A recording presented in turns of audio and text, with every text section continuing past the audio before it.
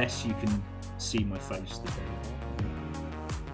I mean, Unless well lit my face. yeah. So maybe you should close the curtains then too. I actually really like your face, Ben. Put a balaclava on. Your face is very cheerful. Thanks. Unlike this next subject. Perfect segue. Thank you. If only this was a live thing and that segue was useful. It will be useful because what I'll do is I'll keep this in. Oh dear. So what are we talking about today, Jonathan? So today we are talking about Lament, which I say with a smile.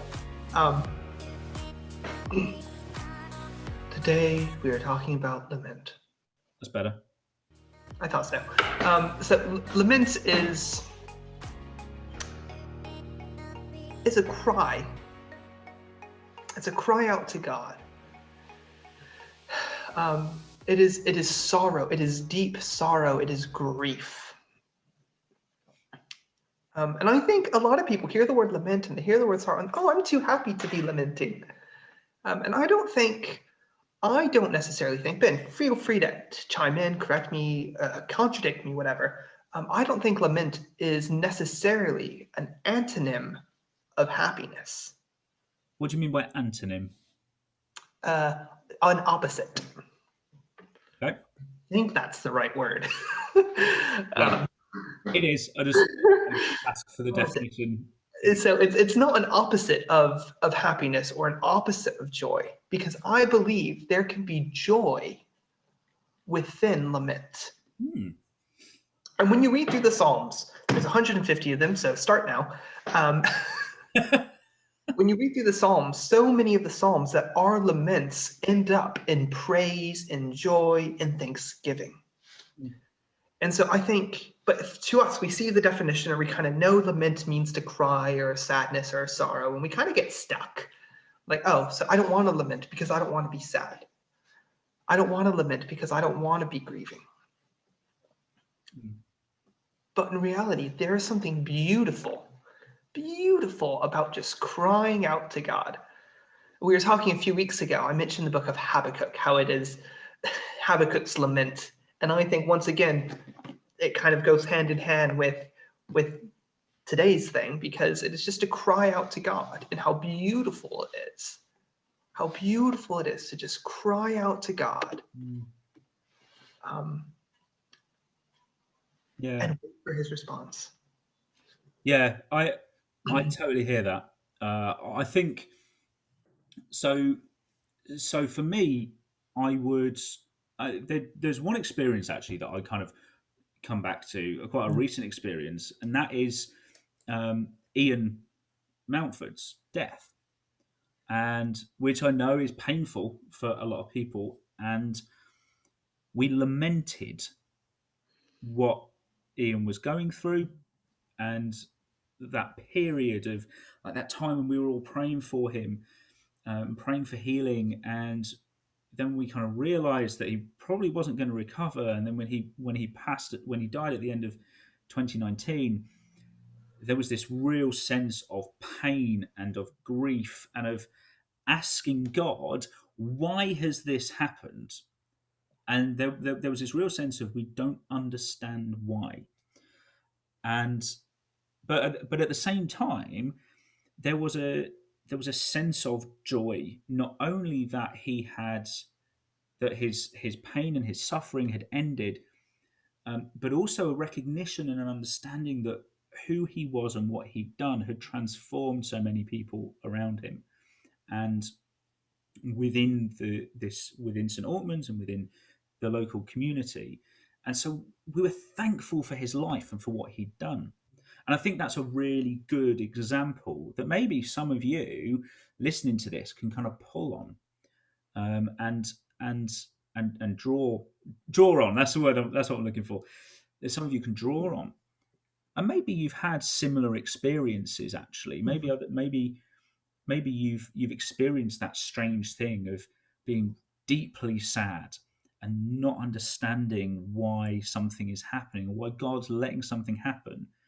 But at the same time, be thankful to God for something. Maybe it's the loss of a grandparent. Mhm.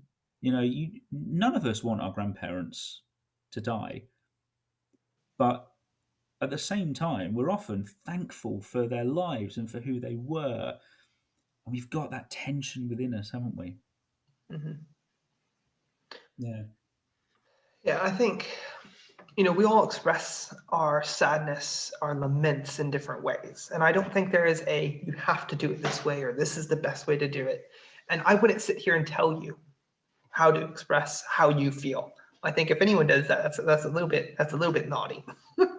um, that's more than a little bit naughty.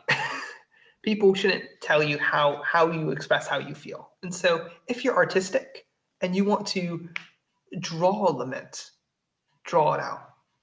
If you love writing, um, and you want to write and just journal out a lament, do it. If you do poetry, I don't know, do it, make a psalm. That's okay. That's still a valid thing to do today, is to write a psalm of lament. Um, it won't be a biblical psalm of lament, but it will still be a psalm of lament. Um, if you're a musician and you write a song of lament. If you are a handy guy, or a handy person, and you just want to build something, build it. And as you're building, think, ponder, practice what we were talking about last week with the silence and solitude. Practice what we've been looking at in the past with the different variations of scripture and study, and ponder those things as you build, as whatever you do to express your emotion. Do those things. Yeah. And they had some weird ways of expressing Mhm. their grief and their lament and their pain in the Bible, particularly in the Old Testament and the New Testament. There's this phrase sackcloth and ashes, which some of you might know, but to grieve and to show pain, they would Mhm. literally wear essentially bin bags and cover themselves in ashes, and Now, they would. Ben, are you suggesting that the young people go outside in a bin bag in ashes? Because I feel like it's a little bit cold for that still. It might be a little bit cold for that now. Maybe you could do it in your living room. Okay. But they had these kind of ritual ways in which Mhm. they would show their grief. And you still see this in some or similar kind of things in some Middle Eastern cultures where grief and pain is very, very visible. Mhm. You see parents and widows on the streets, uh, just screaming publicly, Mhm. screaming their pain out. And we wouldn't, in the UK, we wouldn't, we probably wouldn't do that. But that's okay. We express our pain in different ways. The important thing is that we learn to express it and we don't hold it in or harbor it, because that's dangerous and that's damaging. Mhm. Jesus expressed pain. Jesus lamented when his friend died, when his friend Lazarus died. Jesus wasn't there, and he went to the tomb. And the shortest verse in the Bible is also one of the most powerful, I think. It just says, Jesus wept. Jesus publicly, in front of everybody, wanting to see what he would do, in front of the tomb of his friend, he wept, he cried. And what Jesus shows us there is that it's okay to feel this stuff. It's okay to have emotions and to express them. It's okay to think, yeah, this situation sucks, Mhm. but it's also okay to know and to understand that we can come out of this place and that ultimately all this leads to God and to his glory. Yeah. So I guess our challenge to you today and for this week would be try expressing Mhm. or try writing down or thinking about how you express your sadness. I'm not trying to make you feel sad. But maybe in the week when you have maybe when you have a low moment, like if you have a moment when you're feeling low or you're feeling down, write down how you're feeling. Or if you're a more talkative type, talk to somebody who you trust about how you're feeling. And just recognize that it's okay to feel that stuff. You don't have to feel bad about it. You don't have to be you don't have to feel happy all the time. Mhm. So this next week, um, as hopefully you're thinking on lamenting and you're thinking on what we've been talking about and looking back over the past few weeks, maybe take some time for silence and solitude and look inward. Don't just focus on the scripture, don't just focus on God, but look inward and kind of focus on yourself and on how you're doing as a person, and taking the moment to say, well, am I grieving something? Am I lamenting something at the moment? Do I need to lament something? If you don't, that's great. Maybe you know someone who does. Take some time to pray for them.